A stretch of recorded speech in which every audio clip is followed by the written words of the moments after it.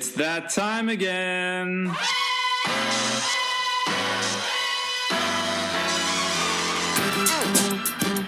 out! Here it comes. Watch out! Here it comes. Watch out! Here it comes. Watch out!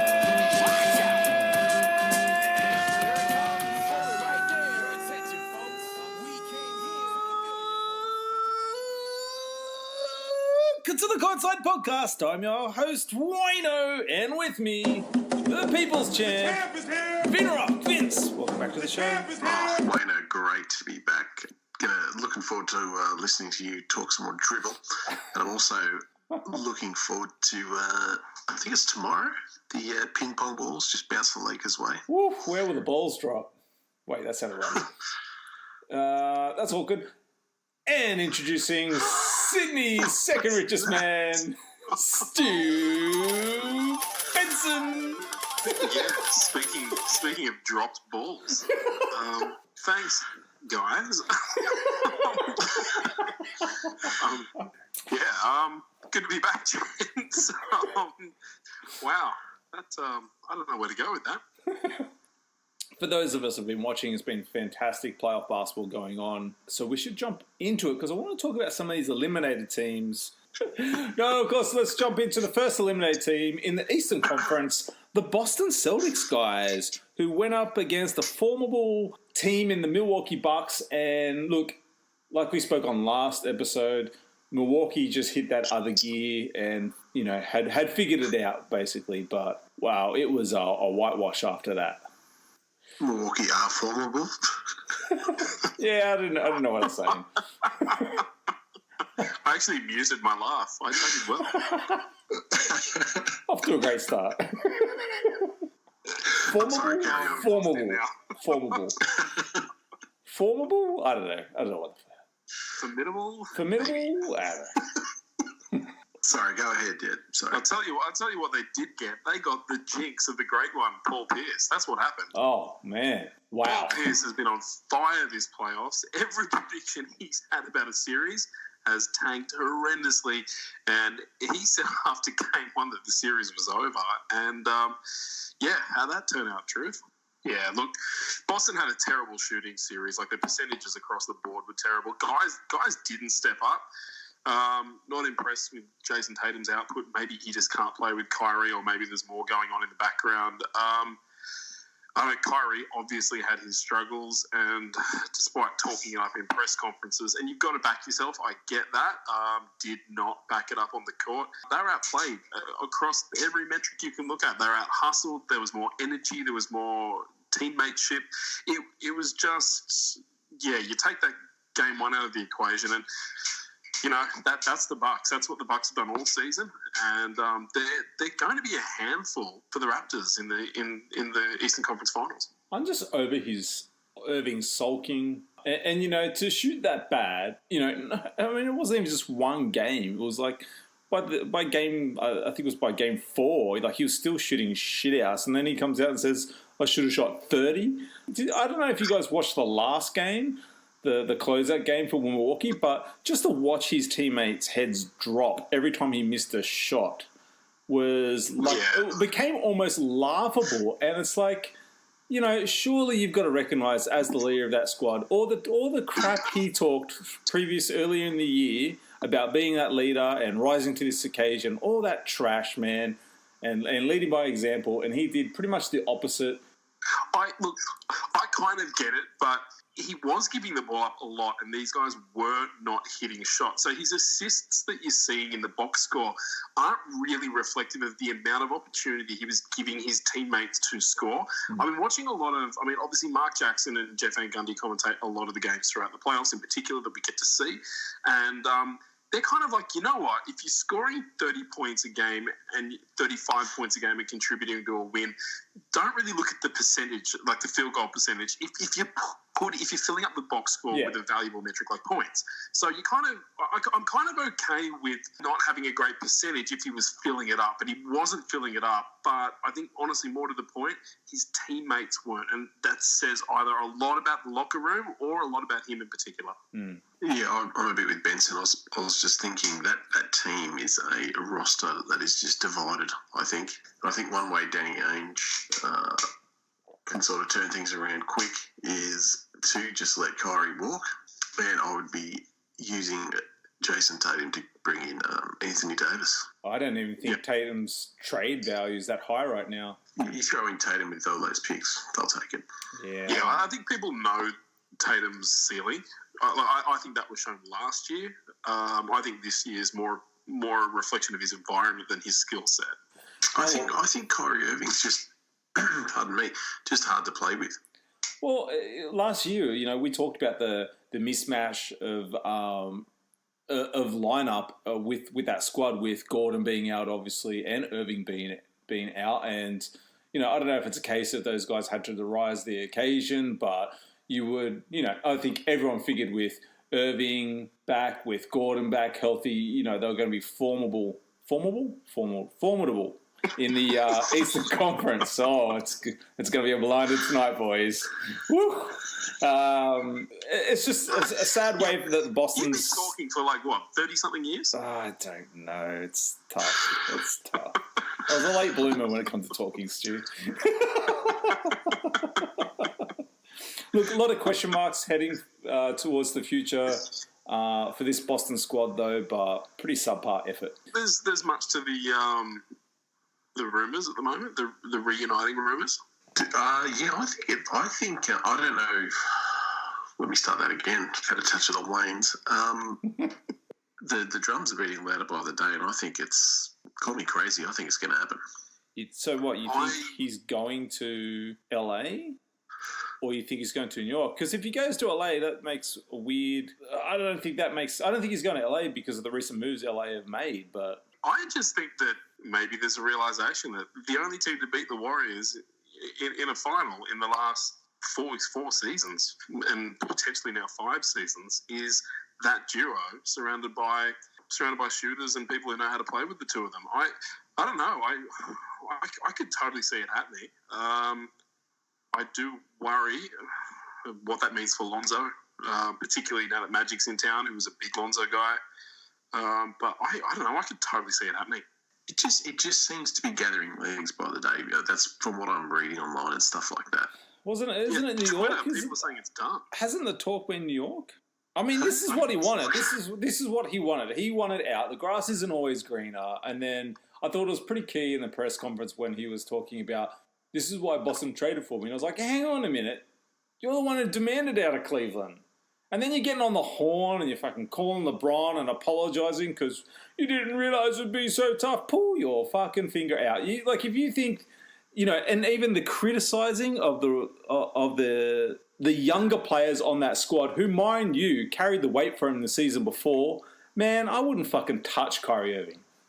Look, there's a lot to sell Kyrie Irving when he has a meeting with Rob Pelinka.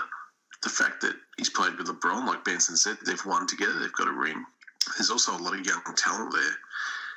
And he's pretty much going to have the keys once LeBron's gone. And I think LeBron will take a step back a bit because LeBron knows he's getting older and LeBron knows he's got to save himself for the playoffs. That's right, I said playoffs. And sorry. Shut up, Black Plug. And racist. I think that's the way they're going to sell it, and I think it's a massive chance because, as I said before, it seems to be building by the day. It's not steamrolling, but it's building. Mm-hmm. And I think it is bullshit. I do not buy into this whole narrative that LeBron says he's got nothing to prove. He doesn't need to win any more rings. It's not about that. I think that is absolute horseshit, and that guy is going to go hellbent on adding to the hardware. I don't know. To me, it makes sense. They know how to win together. They know how to play together. They're a good duo. They complement each other really well. They've been to war and they've won. Look, you'd have to be having that meeting, and you'd have to be throwing some pretty serious coin at him, I reckon. Well, we'll see what unfolds. But we should jump into the next team in the Eastern Conference that was recently eliminated. And that is, of course, the Philadelphia 76ers going to a Game 7 against the Toronto Raptors. And Kawhi's game winner. Wow. Some thoughts. Yeah, what happened? Was there a big shot or something? I tell you what, I watched that first quarter and was just, after the first quarter, I was just like, oh, this is going to be like a long game, because I don't know what it was, man. I don't know if it was nerves or something kicking in, but no one was shooting well at the end of the first quarter. I didn't think, did anyone break 20 in the first quarter? I don't think so, man. It was bad basketball. Yeah, it was timid. Yeah, and then I think the adrenaline kicked in, what was on the line kicked in, and man, what a hell of a game after that, though. Oh, man, what a hell of a series. That was a great series. We've had some brilliant playoff series, but that one was brilliant. And the first ever Game 7 game winner in NBA history. I can't believe there's never been one. I was just watching it and just going, that's going to drop in. Did you see how high it bounced up, though? Off the first contact of the rim, and just straight up, man, like nearly back up to the height of the top of the backboard and down again, and then 2 bounces on the left side and in, and it's like, oh my goodness. Yeah, the way he'd been on a roll, your first instinct normally would be to go, he's missed, but it wasn't. Like, your first instinct was, this is going to go in, because he'd been on such a roll, and you just thought, you know what, this is probably his night. And I stood up after that first bounce, and I leant in, and I was screaming at the television. Honestly, it was so awesome to watch it live. That was a shot. And, to have scored the 3rd highest points total in a series in NBA history as well, trailing only Kareem and Jordan for total points in this series. Dude's elevated himself this season. You kind of wonder what the Spurs did and how it was irreparable, because they've let go an all-time great. Man, I wanted him to have a really bad year. I'm not going to lie. You did. We know you Remember? did. I cursed him. Look, I'm not saying I wished an injury, but maybe I did. Jeez. But, man, you were such a hater. I know I am. Look, it's fine. Yeah, man, there's just such a difference. I was just thinking about today, with, the trade that was made and things like that. And it's just like, I remember, like, after about 15 games, you just go, man, there's such a difference between, like, a top 20 player and a top 5 player in the league.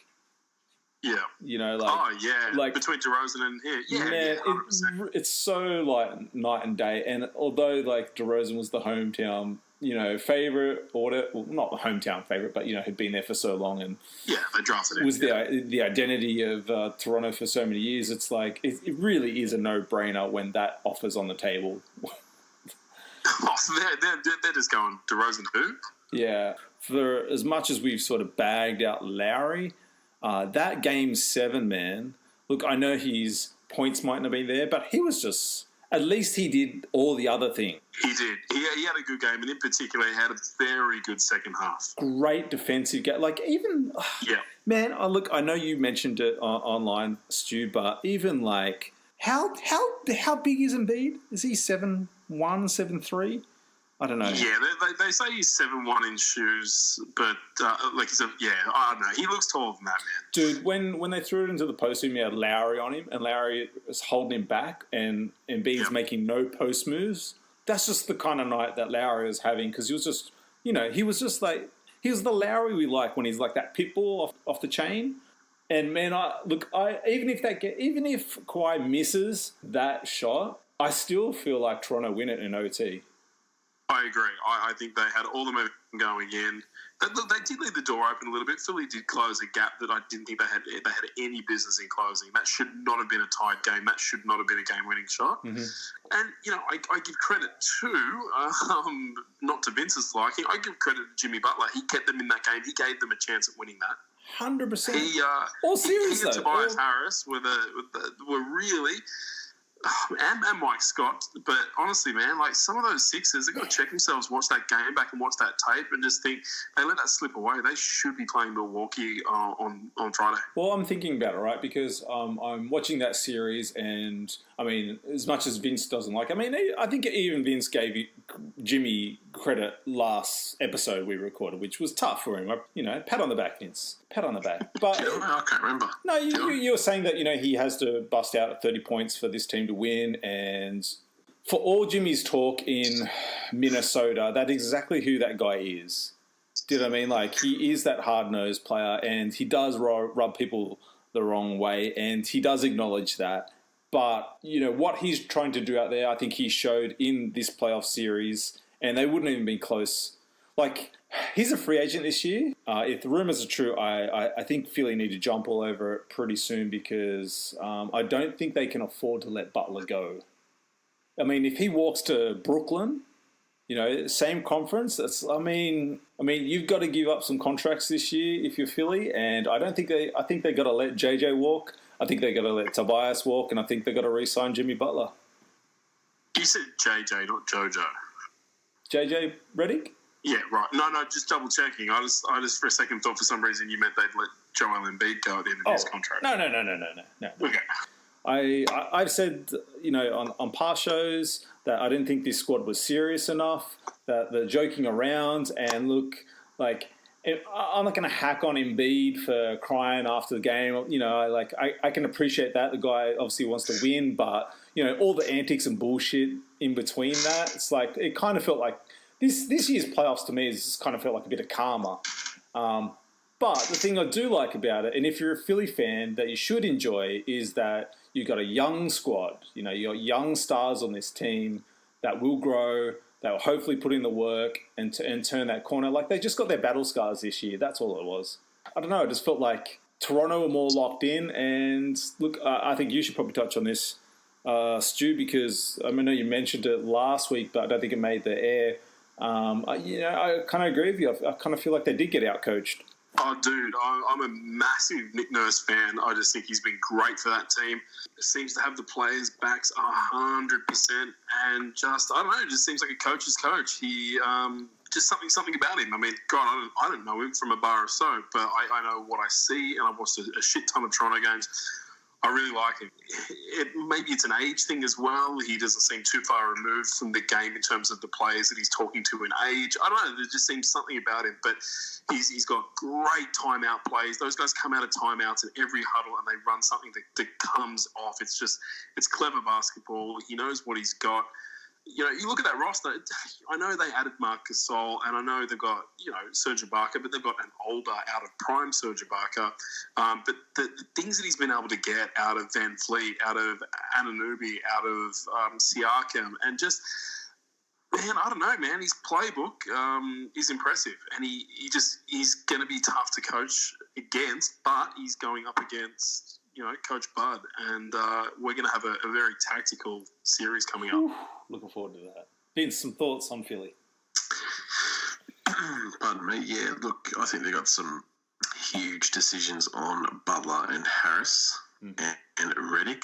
I would not want to be in Elton Brand's shoes. I'm glad they're keeping Brett Brown. But Jimmy Butler, for mine, for all the talk, and he talks a big game, to just produce 16 points for the amount that he has, how good he says he is, that's just not enough. Oh, but he's had a pretty good series, man. Like, you talk about that final game. At home. Every time he played at home, you can count on Jimmy Butler. I don't know, man. I feel like the defensive matchup he had that final match, I don't know. I could kind of understand it.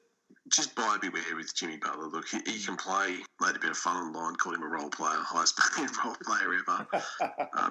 He's better than that, but you can't. I just don't think you can count on Jimmy Butler. So they got decisions to make. Tobias Harris couldn't guard a closed door. Embiid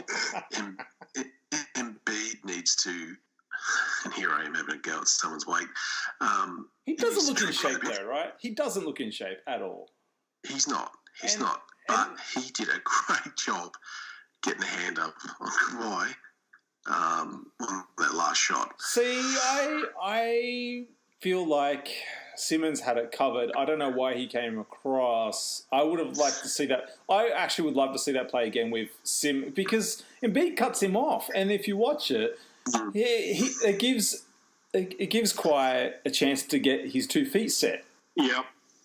I think it was an absolutely terrible play at the end of the game. I mean, Simmons is guarding, sliding left. because Simmons is in front of him. Simmons is like... Simmons is in front of him, sliding left with him, in front of him. Embiid comes in, coming at him right, and then has to change his direction, which gives the gap to Kawhi to get that shot off. That gap isn't there if Simmons keeps sliding. Yeah, I just feel like Simmons can't keep sliding with Embiid taking the assignment. Brett Brown, honestly, must be looking at that back and going, what the fuck happened? Because it's a bad rotation. It's like, I know the idea of it, a 7 foot... Same. 7, plus foot center running out and defending the shot, but I mean, it just gave him so much time to get. You watch the replay and you can see he's that little shitty travel they get away with where they get their feet set. He gets that, and it's like he knew that all he had to do was shoot it high, and he took that chance, and it paid off for him. But oh man, yeah. Look, my hat's off to Toronto though. Well, both teams actually. It was a great series. Like, to come down to that, that's fantastic. They did it on the back of Kawhi. I mean, they jumped on him and they rode him to that win, because honestly, Gasol didn't have a great game. Like, he did defensively, he kept Embiid in check, but offensively didn't give him a lot. Siakam, bad game. Van Vliet, not a great game. Lowry picked it up in the second half. But honestly, it wasn't Toronto's best collective game of the series by a long shot. But what it did prove was Kawhi's status amongst the elite. Well, it was kind of like, 100%. To me, it was like watching that game, I just felt like, Kawhi's going to have 39 attempts today. And, he didn't even blink an eye about it. Do you know what I mean? He kind of just accepted the challenge. Like, okay, that's what's happening today. I'm going to shoot it. I don't know. There was a point there in that game where they play Mark at the top, because he can shoot the 3 ball. They pass it to him. Everyone comes down, and Gasol's quite tall. He's got an open Lowry, on his left. Looks at him, turns his head, and pops it over the top to Kawhi. with the triple team, yeah. It's that's the way it was going to go, man. Yeah, I was going to say the same thing. To me, it was like watching. Honestly, it was, and it's funny because there's a Gasol out there, but it was like watching some of the old Kobe games. It was just get it to him, man. We can do all the little things, and he'll get us the win. And if for the first time since Kobe retired, I felt like I was watching a Kobe performance. So as a Laker fan, it was awesome to watch, and then doubly special to have a Gasol in the mix as well. Hands down the biggest shot in Raptors franchise history for sure, without a question, I feel. But it's going to be extra salty when he bounces. When Kawhi walks this summer, I don't know if the shot's enough to keep him in Toronto. You think? I don't know. I don't think the shot's enough, man. I think he's gone. I think he's made up his mind. This is a nice pit stop. Maybe they'll forgive him if they win the chip, but I don't know, man. What do you think's happening, Vince? I think he's going to the Clippers. There are stories going around that he likes Toronto. He likes the team, and he likes. It's the Paul George situation. It's not as bad as he thought it'd be. It's the Paul George situation, right? It's promised to go to LA, but then it's I kind of like it here. I'm sure he's regretting that now, but there's always that danger of that. Hang on, they might enjoy that pit stop. I think it's only down to 2. He either stays in or he's going to the Clippers. I don't think New York's got a chance. No, fuck New York. You're not getting anyone. I don't think anyone else has got a chance. Oh, yeah. But also just on Philly, I love Brett Brown. I think he needs to just make more adjustments when he's coaching with lineups and things like that. I mean, we spoke about it last week. Maybe playing... Still don't understand why McConnell does not get minutes. Jonathan Simmons, even Jonah Bolden. I mean, Jonah Bolden can shoot, spread the floor a little. Spell Embiid more, because Embiid is not fit. I don't care what anyone says. And what's with the multiple sicknesses this series, man? He's worse than me. Oh, you probably coughed on him. Like, something's not right there. Like, he needs to get himself checked out this summer and get himself sorted, get into some fucking shape. Like, Jesus Christ, man. He doesn't, that last game, I don't know, Stu, like, he didn't even look like he had his legs by the fourth quarter. He's so He did. It was the most minutes he's slow. ever played in his career. So I think that was the most minutes he's been on the floor ever. Oh, dude, he looked terrible. I'm like, man, this is game 7. Like, It's not good enough when you got Bolton, Amir Johnson. Like, Amir Johnson's a solid veteran. Even Moose Monroe. yeah. Don't worry about Boban. You know, you gotta find those gaps to give him those breaks. There's You gaps there. shouldn't have to at his age. Let's not forget, Shaq was his height, carrying more weight. You know, he should be playing fucking 40-something minutes a game. It's been done before. There's been centres taller than him or as tall as him, as the same age as him, carrying the same, if not more weight than him. Yeah, And but remember, he's just got to get himself in shape. remember when Shaq was in the same age, though? Shaq was like, he was a powerhouse, but he was a lot thinner. Even when he got to the Lakers in 96, 97, he put on a little, but he was still, I think he was more fit than bloody Embiid. Embiid's just, I don't know, he doesn't look as He's no- svelte as he should. He's no gazelle. Yeah, no, I know what you're saying. And his lack of just that mongrel that you've got to have to want to just back somebody down and just Flatten throw them. it on them, knowing Yeah. that you are the tallest guy in a 3-kilometre radius. Like, you are just fucking, Yep. Yeah, I'll go through this starting 5, right? And tell me if they've got mongrel in them. Tobias Harris, No. nah. Embiid, No. Butler. Yes. Yeah. Oh, no way. What? Redick. Oh, Redick, no way. You don't think Butler has mongrel in him? Dude. He's a It tough might guy. be, I think it might be ill-placed confidence, but he's got it. He's got a chip on his shoulder. He does. They need that guy, man. Like who the fuck do they replace Yeah, him I with? don't think so. You don't think so? Oh, man. All right, if you had to keep, say, out of him or Harris, you're going to keep Butler, right? Yep. That's who you're going with. I'm saying you've got to pay Butler. Like, it's as simple as that. You've got to let JJ and Tobias go. Yeah. Yeah, no, but I'm just not sold on Butler. I know he's left his stink in Minnesota and you don't like that. And that's fine. That's fine, man. He's like a bad dog. Yeah, Chicago too, mate. He's like a bad dog who pissed in the wrong corner, and that's fair enough. I can understand that. But this series, man, I think, like, this series especially. At home, he's great. Have a look. Every game he played at home, he turned it on. Yeah, but I mean, If you're that good, Wayne, you play well on the road in the playoffs. dude, he's the You third play fucking well. option. Yet he's the only one who can fucking create a shot. He's the only one who's got that mongrel. He's the only one who takes. He did it. He's the only one who takes. Who's got the balls to take the game winners as well. Is he the third option at home? Yes. Yeah, he is the third option. I said that. All right, Yeah. good chat. Why can't he put on the road? I think you need to watch the tape, man. I don't know, man. I don't know. Every game in Toronto, he hasn't done what he's done when he plays at home in Philly, does he? What was his stat line for that last game, Vince? What was his stat line? Problem defensively with Jimmy Butler.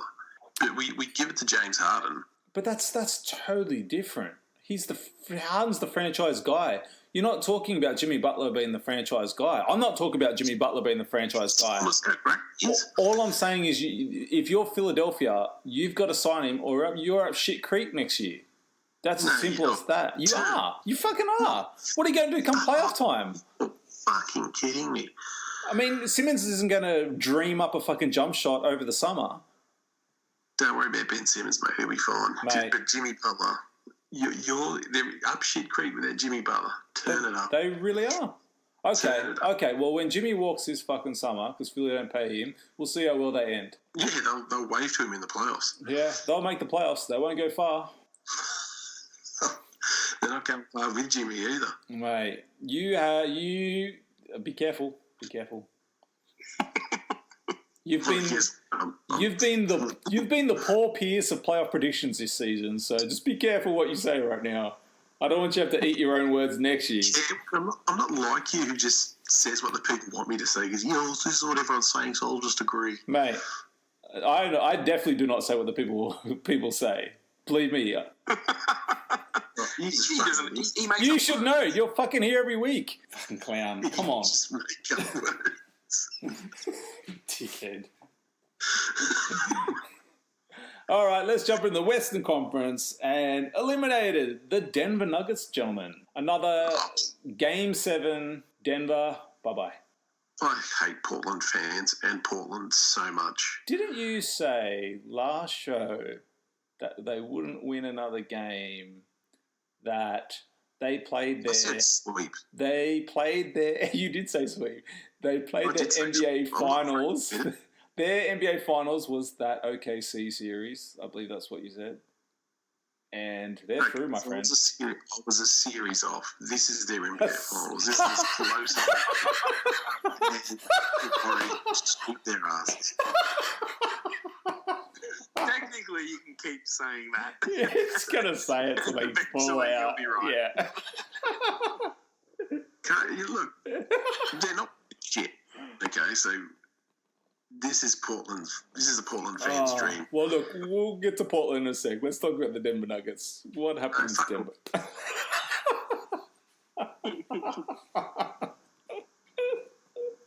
Oh, Vince. Stu, some thoughts on Denver? Goodness me, Game 7 at home. You come out at halftime with the lead, and that is the second half you put up. That was... Well, I don't know. I don't think I've seen that Denver team put together a worst half of basketball. What a game to have. Your absolute bedwetting on national television. That was... It was a bad second half. They got out hustled. They got out rebounded. Man, it was just... I feel like Rasheed Wallace saying it. It was just a game of two halves, and second half, Portland just out everything them. I don't think they were out coached. I think Coach Malone still had a lot of strategy, a lot of plays, but Joker had a very quiet second half. Murray again, just a quiet second half.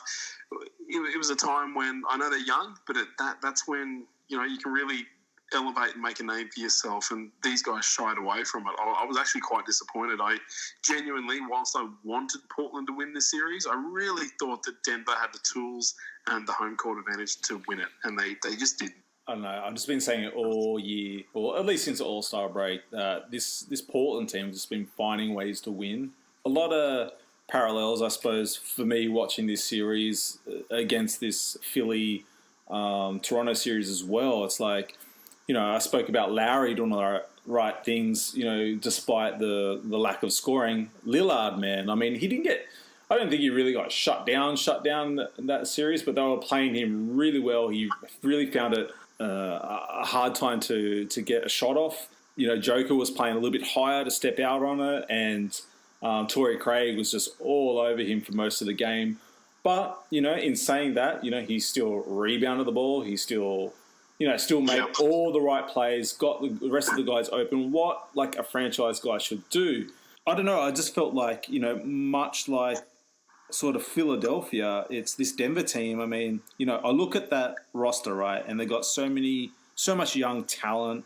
And again, like Philly, if you're a Denver fan, man, this sucks to lose at a Game 7 the way they lost, but... you got a good young team with heaps of talent, but I just feel like they lacked veteran leadership. And when I look I like Paul Millsap, but he hasn't been there, done that in his career. Do you know what I mean? He's never been there, done that. And they need a couple of vets now. They've got enough young talent that they can part with some of that to bring some guys in to show them ropes when it gets to this sort of stage in playoffs. To focus in and to really lock in, because they didn't have it. They didn't have it in a Game 7 at home, even after Rodney Hood went down, who's, basically, man, I don't want to say... Superstar. Well, no, I'm not going to say, but he's definitely turned his career around. It was definitely on a shitty little spiral. He played fan. Hood won them a game.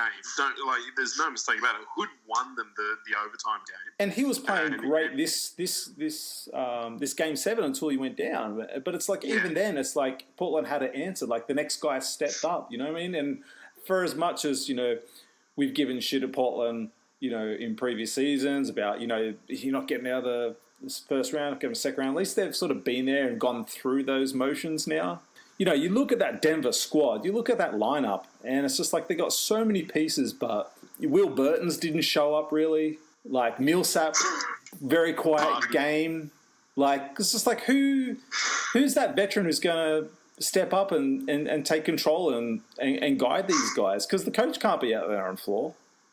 Yeah, I don't know if you necessarily need a vet if you've got a core as deep as they do, which they do. I mean, they did have some unlucky little plays as well. Like Millsap missed a sitter in the fourth quarter. Yeah. That would have won them the game ultimately if you add up the points. I mean, who else? Plumlee had one that was and then he was also pretty ordinary from the line. But even Jokers, only a point. Only a point or two, and they could have won it, but it was just a lackluster third quarter, and they just left the door open. And I'll tell you what, I say it all the time. We say it all the time. I'd love a bottle of whatever Ennis Can is made of, mate. Honestly, man, seriously, so fucking how can you not like that guy? He's so good. He's so good. Honestly, it's insane. He's playing on a torn rotator cuff, like. Yeah. He's all heart. He's all heart, and that's intangible. And if nothing else, I'm happy for him. I am happy for this Portland team. You know, losing Nurkic to a snap leg is pretty horrific, and it's going to do one or two things. It's going to break your spirit, or it's going to fortify you. And they've come together. They just had no answer for CJ McCollum. No, he's like a weirdly more mobile version of like Andre Miller or something. Like it's just awesome handles, really slow, but still gets there. But dude can shoot. Oh my God. Vince, some thought on Denver. Sorry, I fell asleep. Talking about Portland. Yeah, look, geez, Isaiah Thomas would have been handy. Talk about veteran leadership. Is he even healthy? Is he healthy? Yeah, they just... Sorry, they just aren't playing him at all, are they? No, they just said we're shutting you down, going with the youngsters. I was going to ask you guys, actually, what veterans out there can they target to try and get them over the hump? Like, I don't know, man, but I don't think I'd bring Millsap back. No, I don't think that's so wise. They got enough talent that they could give up a bit of talent to bring someone in. Do you know what I mean? Like, it's like there's so much talent through this squad. Like, they've got enough pieces there that, you know, you could bring in some sort of veteran. I don't know what that piece is. IT is a really... I totally forgot about him because they don't play him. Like, that's a great example, Vince, because they could have used the IT to settle the ship. You know, a guy who's been in those high-pressure situations because, I mean, other than him, look at that lineup. Is there anyone else who's really... I mean, I don't even count Paul Millsap. Like, I like him, but... No, you're right. You're right. And I remember, we all know what he did at Boston in the playoffs, but even more recently, when he was at the Lakers... Some of those games, and Benson will probably go with this, some of the fourth quarters he had when he was running the show, he won us some games. He was brilliant. Yeah.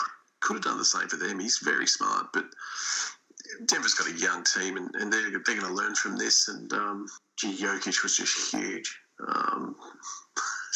Just again, I look at him and just go, "My God, man, find a gym because you'll tear it up even more." But yeah, young team, stick with them. Like you said, add some veterans. I don't know who those veterans are going to be, but they definitely need to bring in some steadying hands in the locker room.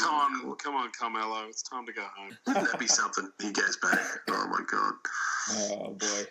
Can he rebound? I don't know. Shit. I think I'd rather take my chance with Millsap. I just personally like to see it. I don't know what he'd give them, but I'd like to see it. But I'll tell you what, Nurkic, the Joker, his ceiling is so much higher than Embiid's. After watching 7 games of each of them, I think everyone was just ready to go, you know what, this Embiid kid is the most dominant center in basketball. Nah, it's no way. He can last a 4 overtime game. Alone, that's enough. Yeah. Imagine how Embiid would look after that 4 OT game. Jesus. Nah, he couldn't do it. You're scraping him off the floor. Yeah, nah, couldn't do it. No way. Hey, good news for Portland. I don't know if you've seen it today, Stu. Porter Jr. healthy. Oh, really? He's going to be playing in Summer League. So, man, like even more young talent added to this squad heading into next year. That's cool. We haven't even hit the draft yet. Jesus, it's scary, man. They got some pieces, but yeah, I just felt like this loss for Denver is it's going to sting a bit. I liked everything Coach Malone said after the game. They needed this. They needed this reality check. They know what it takes now to get there. They know what it takes to beat a team like this. And I think next year, injuries, hopefully no injuries. I think it's going to be a different story this time next year. Also, I didn't realise Willie Burton was playing for Denver. So cool. Well, what's Willie Burton? Willie Burton. I said Bart. I jumped in with Barton. Nobody. Did I say I Burton? love it. I just love it. Did I say Burton? Really? You did. Ah, shit. You know it, man. Well, no one picked it up until now. Thanks, guys. No, I did. I jumped in with Barton. You'll hear. No, I picked it up. I just laughed.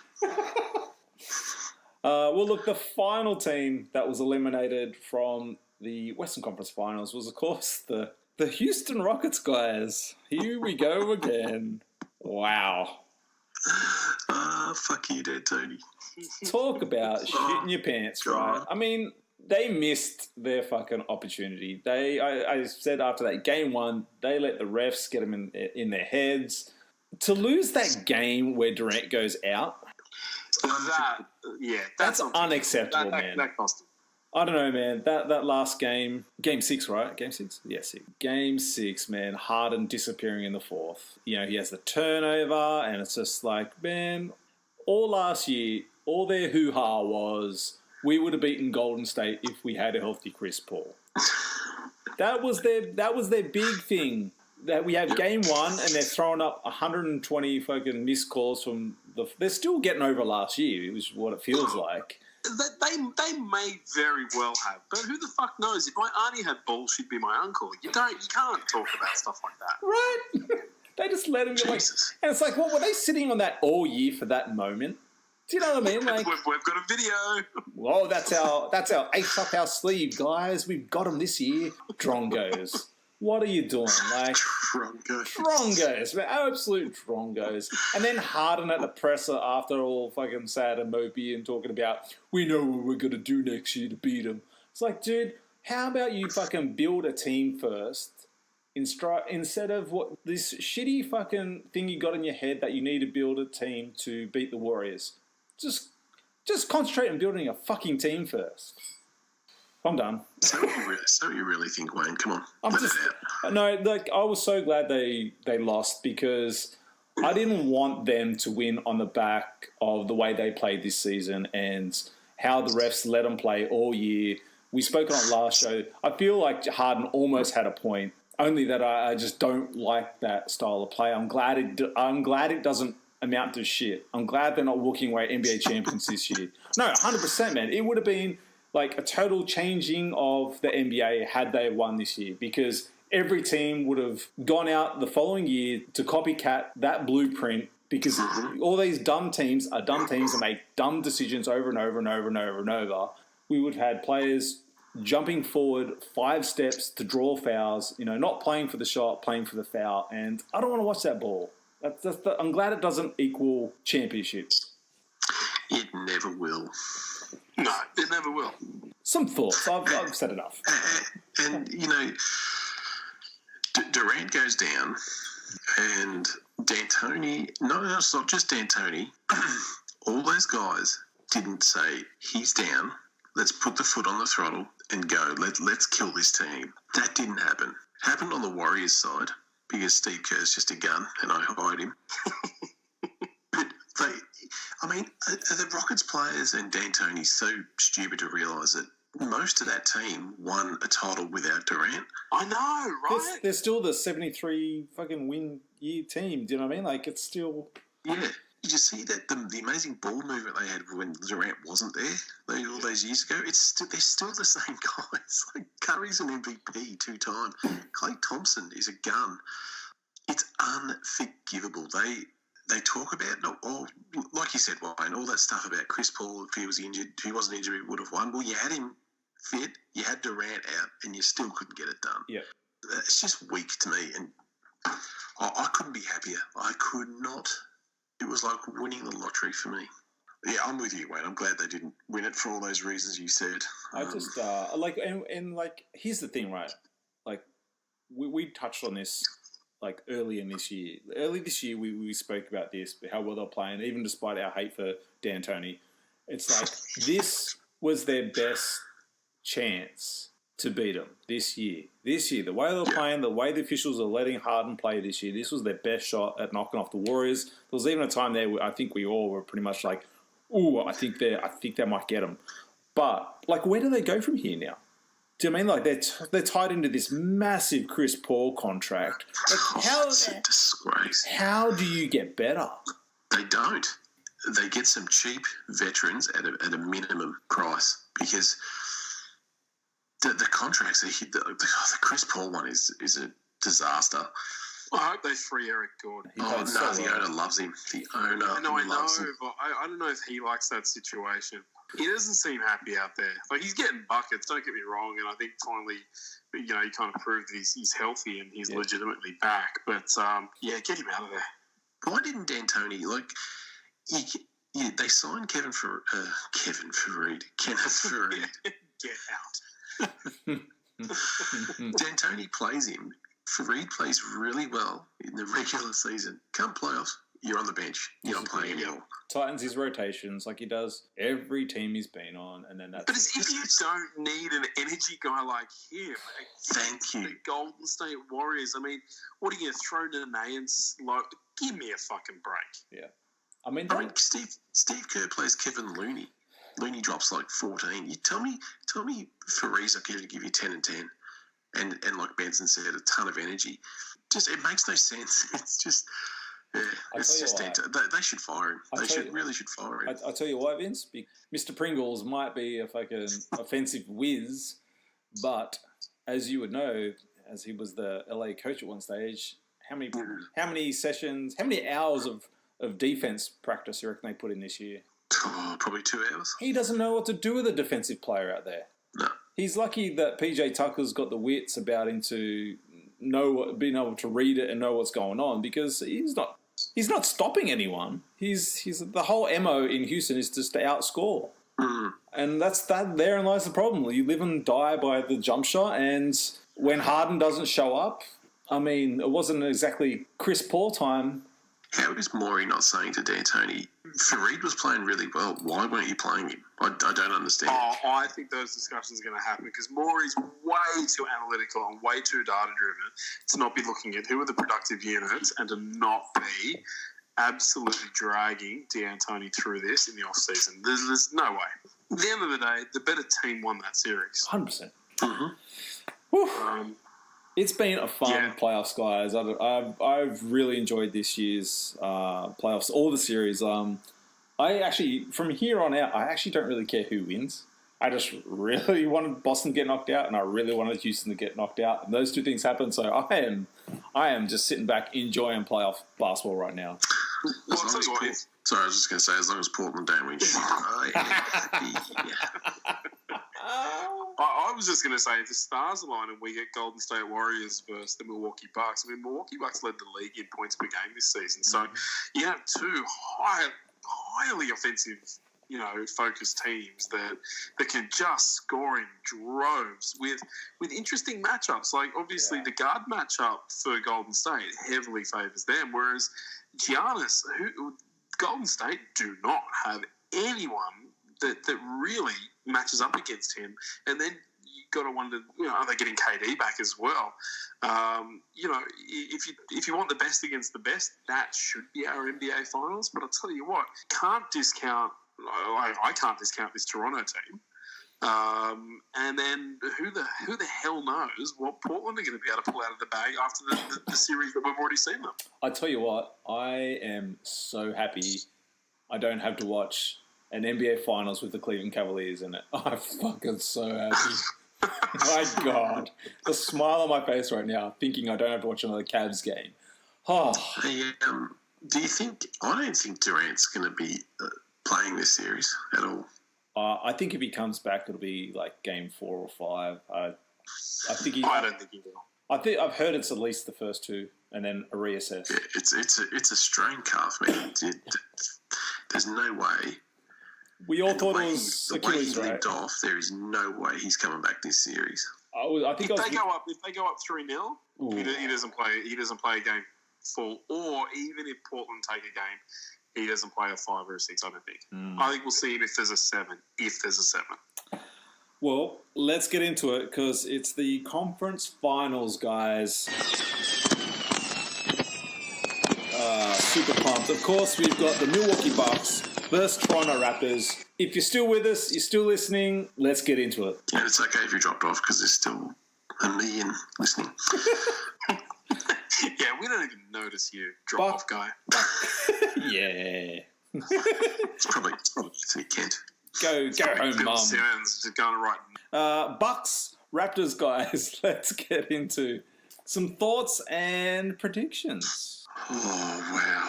Bucks and Raptors. Benson, what do you think, mate? I think the Bucks have got too many points in them. I mean, again, they've led the league in scoring this season for a reason. They're deep at every position, man. I love what they did against Boston.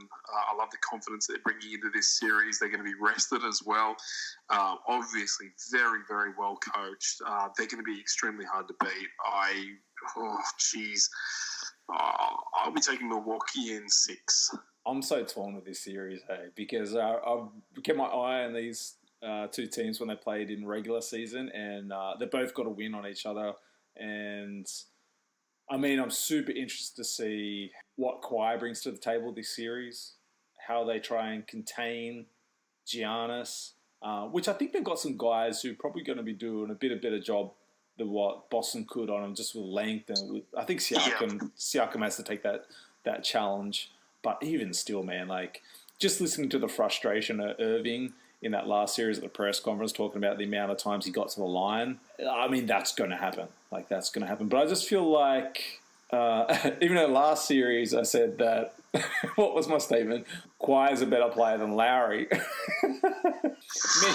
meaning that he could outplay Lowry's bad games. I just feel like Bledsoe really had a bad game 1 in that Boston series, but he got paid this year, and I felt like after that game he really took the challenge, and I don't know if Lowry can stay in front of Bledsoe. The way that he's been playing, there aren't many people who can stay in front of Bledsoe at the moment. He's so athletic, man. Like, and I'm still torn, but I've got Bucks winning this series. Yeah, look, I've got the Bucks winning as well. I think my X factor for the Raptors is Marcus Gasol. I think he'll perform better against Brook Lopez. But I just think even if Kawhi can drop 40 or not, I just think the Bucks have enough weapons to overcome that. So, yeah, and 4-2 Bucks, which will be good. Good to see the Bucks in the finals. How much fun is it going to be watching Marc Gasol and Brook Lopez hanging out the three-point line? It's going to be great. They're going to be playing poker and they're going to be just chilling. They want to be out there too, so it's going to open up all the insides for the forwards. Gasol has to bring it this series, though, for them to have a genuine shot.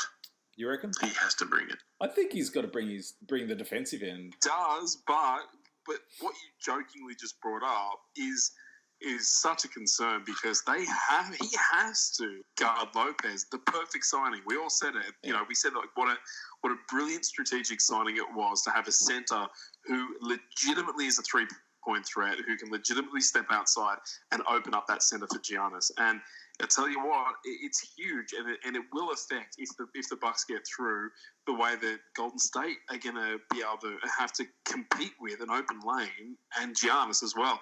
It's such an interesting dynamic as an offense. It's why they score so many points. It's why he scores so many points. I mean, Gasol's going to have to keep Lopez honest. I don't like that. Look, this is coming from a Memphis fan who's watched Gasol for years. And I don't know if it's just I don't feel like Nick Nurse has figured out how to use Gasol properly either. Like, he can hit those three, but he doesn't use his passing game, which is a bit of a shame. And I don't know if that's because, Gasol being in Memphis, we run, especially the last few years, we've run everything through him and used him in the pinch, and he's a great passer, but we definitely didn't see it that last series against Philly, but I don't know if it just they needed the body to stop him be banging, basically. But I would like to see them use him a bit more, but I still don't know if that's a difference maker. I mean, he can hit the three, but I never loved Mark flying out to the 3-point line. It was good when he did hit him, obviously, but there were so many times where I'm like, look at the size of you, man. Like, you know, it's the same thing we were screaming about in B. It's like, get in the paint. Get in the paint. You know, I hate to say it. It's like I feel like those days are kind of gone with Gasol. It is a shame that Powell's out injured because it'd be great to see the brothers going at it. That'd be fantastic. I think this series is going to be a dogfight, though. Like, I think it's going to... How many games? Oh, man. I don't know, man. I want to say 7, but then I kind of feel like no one's getting swept, that's for sure. Like, these two teams are going to take a few games to figure each other out before it evens out. I think I'm with Vince. I think 4-2 you said, right? Yeah. I think I'm swayed that way. Well, let's jump into the Western Conference. And, of course, the Golden State Warriors take on the Portland Trail Blazers. Guys, some thoughts and predictions. I guess I'll go first. I'll give you a prediction. Here we go. Warriors in 4. Warriors in 4. Portland, they're done. They're cooked. I refuse to talk about Portland. Hate them. Quickest review ever. Wow. Portland, I hate you. Thanks. Stu, some thoughts. Elaborate. I think Portland will get a game. I think they'll get a game. I wouldn't be surprised if they actually got one on Oracle. That's not happening. Oh, come on. They've lost it all. They've played quite well. Oracle this season. Yep. I think it'll be 4-1, over in 5. The Warriors will be a little bit more rested come NBA Finals time compared to the Bucks. And Steph will have a huge series. Really? I haven't been blown away by Steph. He had a really good first game of the playoffs in the first round, and then I just feel like it's been a little bit spotty until this last half against Houston. I'm really interested to see the Draymond Green Cantor matchup. Let's see how that plays out, or see if Bogut gets more playing time. I just feel like Cantor's probably going to run around Bogut a lot, though, if they go with that one. So I think they'll go smaller again. Super interested to see what happens with Durant. I've got Portland winning the series. Just so you're a dickhead. I've said. He's sticking with them. Hey, He's man, sticking with listen to me. I've said, and look, you take my can, headphones off. I'm not listening to mate. shit. Look, I'm just saying. There's something about this Portland team this year. They are finding ways to win. I told you, you don't listen to me, Vince, and they just found ways to win this year. They're doing all the right little things. One guy goes down, the next one just steps in, and they've played the Warriors pretty well this year, even when Durant was healthy through the regular season. So, I just feel like Warriors definitely couldn't have a game like they had in that last one against Houston, where they have a pretty piss-poor first half against this Portland squad. I just feel like Portland, they're just finding ways to win this year, man. I'm telling you. I'll tell you what, you are right, and they are gritty, man. Honestly, if you look at the bodies that they can put out there to go and get some fouls, to go and have some chippies, to go and get some cheap shots, to go and put a couple of people on their ass, which they will. You've got Cantor, you've got Collins, you've got Mo Harkless playing awesome basketball. Mo played so well. Hey? Mo played so well that Denver series. Oh, Mo, he had a phenomenal series. He had a great postseason. Evan Turner's giving him quality. You've got Aminu. Like they're getting a lot from a lot of guys. I don't know. My logic brain tells me that this is the Golden State Warriors. All I'm saying, I would also love to see Portland win. All I'm saying is that all those guys on the bench are producing and giving Portland something. I don't think we can say the same for this Warriors squad. Yes, they did get up for the Houston series, but we've seen spits and spats. We've seen them drop games in Golden State. We've seen them drop big fucking leads to the Clippers. They're going up against a team as banged up as they can be. It's just like I said, like another guy rolls in, takes a spot, Yeah, man. Like I just feel like it's crazy that everyone's writing them off. That's exactly what they want. That's exactly what you've just taken all the pressure off Portland now to go into Golden State and cause an upset. And why not Portland? Why not Portland, man? How many games? I mean, it's not going to be. I'm not sitting here. This is a sweep. Like I could see it going to 7 games. But like I said, man, if they get through, man, look, Jesus.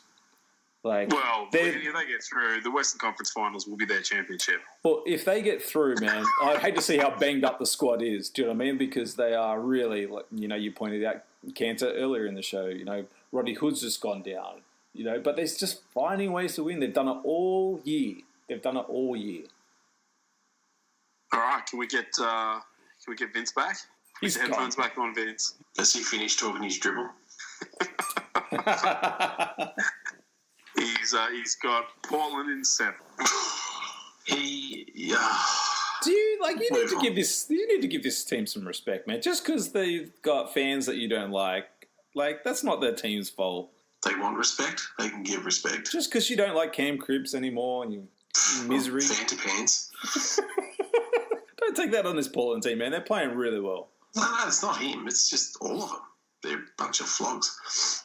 A lot of people say that about Laker fans. Yeah, I'll just look up the banners and I feel better. Wow. Well, there you go. Playoff predictions in full effect. Man, I am like I said, from this point on, I honestly don't really care who wins the chip, but best believe I can be glued, to the telly watching it. Because I think this is 2 great series that we got, and man, I'm so happy I'm not watching another Cleveland finals. Fucking hell. It's going to be formidable. Before we sign off, are we signing off? Well, we could jump in on Minnesota. Before we sign off,